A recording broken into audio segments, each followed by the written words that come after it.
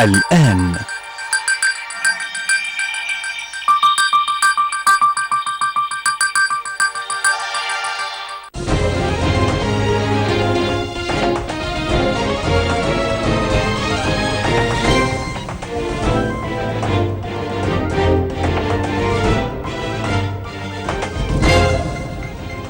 افتتح الرئيس عبد الفتاح السيسي قاعدة برنيس العسكرية بحضور الشيخ محمد بن زايد ولي عهد أبو ظبي نائب القائد الأعلى للقوات المسلحة الإماراتية.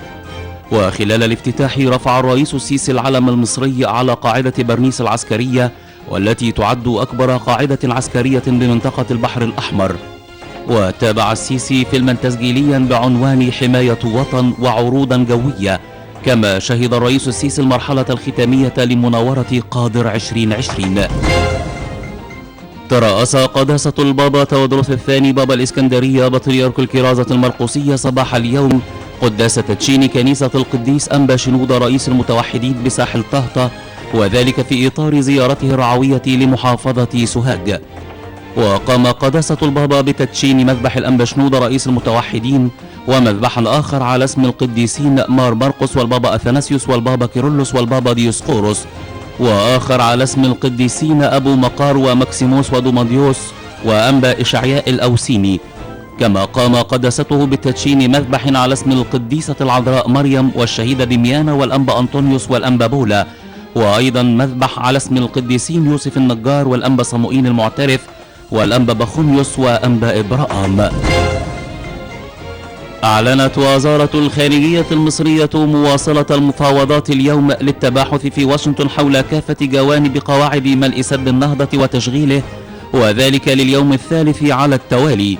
وانعقدت أمس لقاءات برئاسة وزير الخزانة الأمريكي في واشنطن حول قواعد ملء سد النهضة وتشغيله، بالإضافة إلى عدة اجتماعات على المستوى الفني لمناقشة تفصيلات قواعد ملء السد وتشغيله. وشارك وزراء الخارجية والموارد المائية والري بمصر في الاجتماع الذي عقده الرئيس الأمريكي دونالد ترامب، حيث أعرب وزير الخارجية سامح شكري عن تقدير مصر لاهتمام الرئيس الأمريكي بهذا الملف الحيوي وللجهد البناء الذي يضلع به وزير الخزانة الأمريكي وفريقه المعاون. تباينت مؤشرات البورصة المصرية بمستهل تعاملات جلسة اليوم، إذ تراجع المؤشر الرئيسي فيما ارتفع مؤشرا الشركات الصغيرة والمتوسطة والأوسع نطاقا. وسجل مؤشر البورصة الرئيسي تراجعا بنسبة 0.11%، فيما ارتفع مؤشر الأسهم الصغيرة والمتوسطة بنسبة 1%، وصعد المؤشر المئوي الأوسع نطاقا بنسبة 0.1%.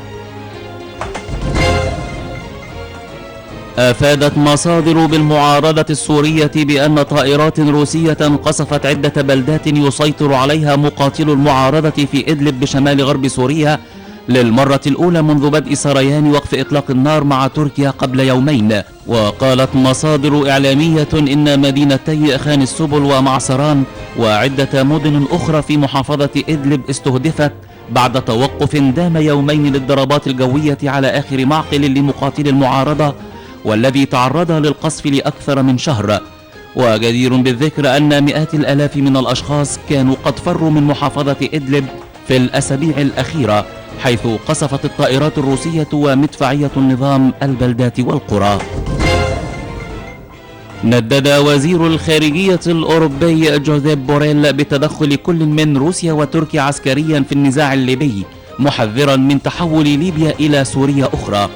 وقال بوريل خلال نقاش في البرلمان الأوروبي في ستراسبورغ إن الأمور في ليبيا تفلت من الأيدي، واعتبر أن تركيا وروسيا غيرتا التوازن في الحوض الشرقي للبحر المتوسط، متهما كلا منهما بالانخراط عسكريا في ليبيا، وذلك بإرسالهما أسلحة ومرتزقة، لافتا إلى أن هناك المزيد من الأسلحة والمرتزقة، ولن تكون الحرب في ليبيا بلا مقاتلين. لقي عسكريان 2 حتفهما وأصيب 4 آخرون من أفراد الجيش السوداني أثناء محاولة السيطرة على تمرد بعض عناصر جهاز المخابرات العامة بالخرطوم.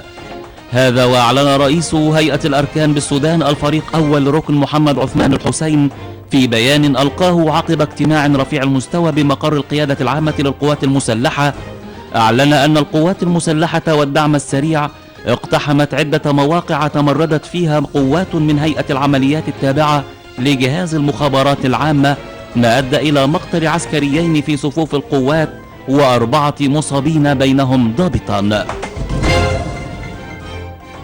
دعا كبار الدبلوماسيين في اليابان والولايات المتحدة وكوريا الجنوبية دعوا كوريا الشمالية إلى الامتناع عن الاستفزاز العسكري ومواصلة محادثات نزع السلاح النووي.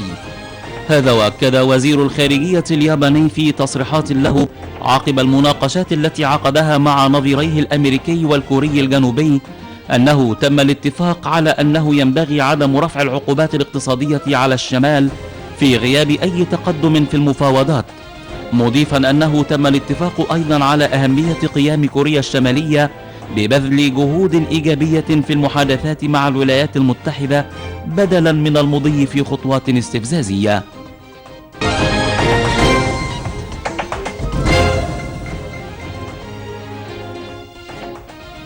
ورياضيا يحل الزمالك ضيفا على فريق الجونة في 5 مساء اليوم، وذلك في مباراة بالجولة 13 للدوري الممتاز. يسعى الزمالك للعودة مرة أخرى نحو مقدمة الدوري بعد وصوله للمركز الثالث في جدول الترتيب برصيد 21 نقطة، فيما يأتي الجونة في المركز 12 برصيد 12 نقطة. يلتقي الأهلي فريق طنطا مساء اليوم في 7:30 على استاد القاهرة الدولي ضمن مباريات الجولة 13 من منافسات الدوري الممتاز.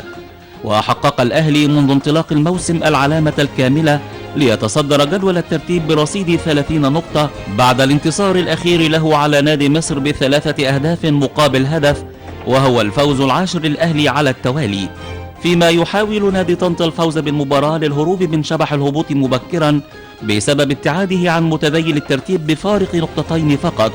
ويدخل طنطا اللقاء في المركز السادس عشر في جدول الترتيب برصيد 10 نقاط.